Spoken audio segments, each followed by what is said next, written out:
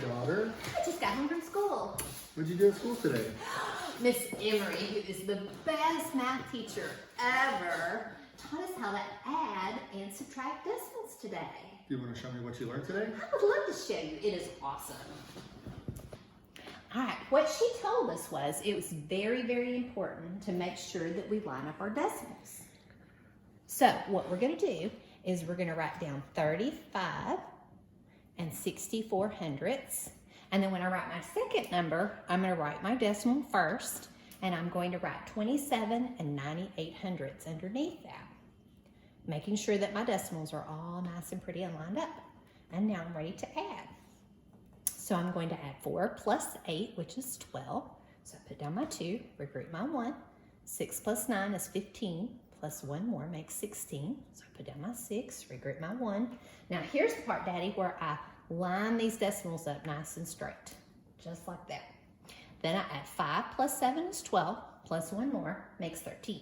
So I put down my 3, regroup my 1, and then 3 plus 2 is 5, plus 1 more makes 6.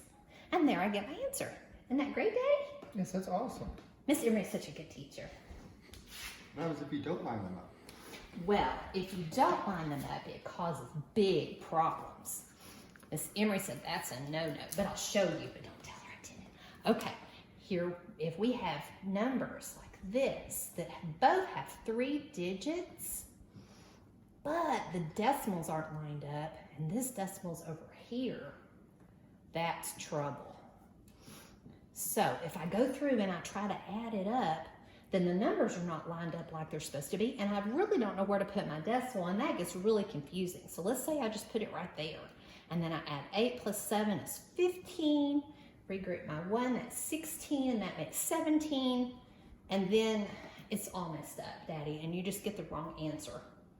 So, you want me to fix that one for you? Yes, please. Okay, let me show you how you would do that right, because I don't want Miss Emery to know that I did it the wrong way. Okay, so if I need to line up my decimals, I'm going to have to scoot that number over. So I'm going to do 7, and was it 73 hundredths? Is that what I had, Daddy? Okay, now this is really cool. Miss Emery said that what we need to do if we have numbers that are missing here, then we can put in ghost zeros. And so they don't have to be there because it doesn't change the value of the number or anything, but it helps me keep everything lined up so I get the right answer. Miss Emery likes that.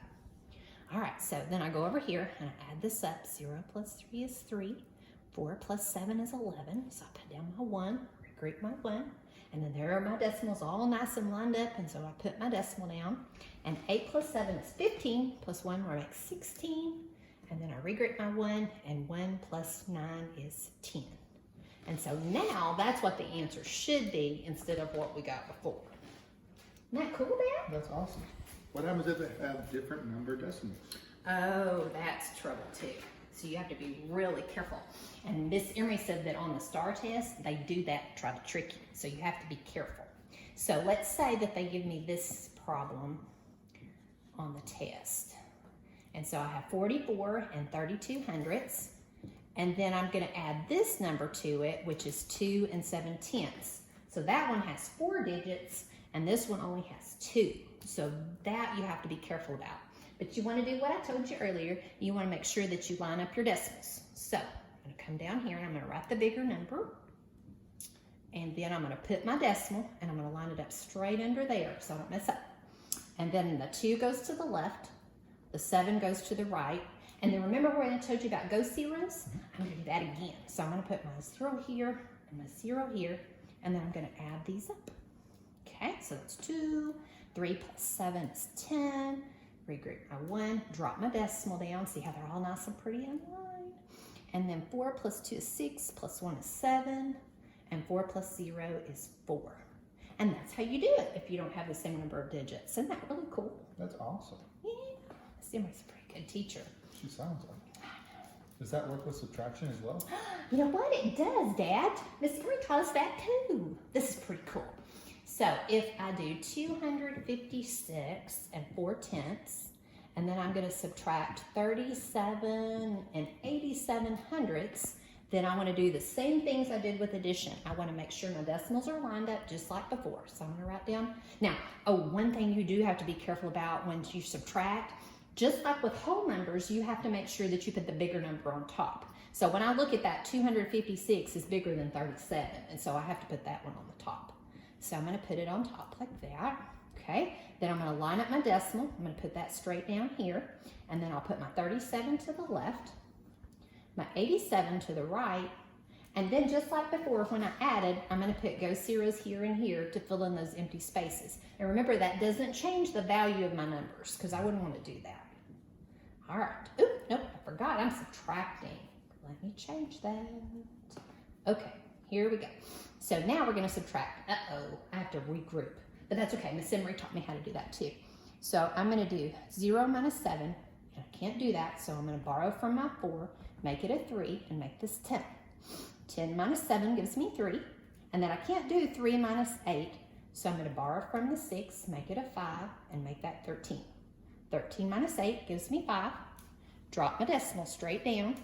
I can't do 5 minus 7, so I'll borrow from my 5, make it a 4, make that 15. 15 minus 7 gives me 8. 4 minus 3 gives me 1. And 2 minus 0 gives me 2.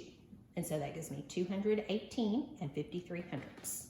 Isn't that cool? It works just like addition does, but I have to make sure I put the bigger number on top. And you mentioned whole numbers. Does that also work with them as well? Yes. That is another tricky thing that they could give you on the STAR test. So what you want to be careful about is when you have a whole number, you have to make sure you know where to put the decimal. So let's say I have 39 minus 4 and 356 thousandths, okay? So that 39 doesn't have a decimal on it. But if you're a really smart fifth grader, you know where that thing goes. And Miss Emery says that when you have a whole number, it always goes right here to the right. So I'm going to add a decimal to it just like that. And that doesn't change the value. That's where it goes because these are tens and these are ones, and then the decimal goes to the right of the ones. So I'm going to write 39, put my decimal, and then I'm going to write that decimal and line it up just nice and straight. And then I'm going to put 4 and 356 thousandths. And then I'm going to do my ghost zero thing. I'm going to add zeros here and a 0 here. So I'm going to have to regroup across zeros. So this is kind of tricky. So I'm going to borrow all the way over here from the 9 because these don't have anything for me to borrow. So I'm going to borrow from my 9 and make it an 8. Then I'm going to make that a 10. Borrow from my 10, make it a 9.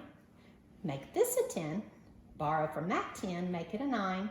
And make this 10. Now I can subtract. So 10 minus 6 gives me 4. 9 minus 5 gives me 4. 9 minus 3 gives me 6. Drop the decimal down, and 8 minus 4 gives me 4. 3 minus 0 gives me 3. And there you go. So that's how you subtract a whole number with a decimal number. That's pretty neat, isn't it? It was. Miss Emery's a pretty good teacher, isn't she? She is. Yes. She helps me learn so much. All right, well, I love you, Daddy. Hey, Mom, can I have some brownies and some milk in my hydro flask? Yes, dear. I'll be right there.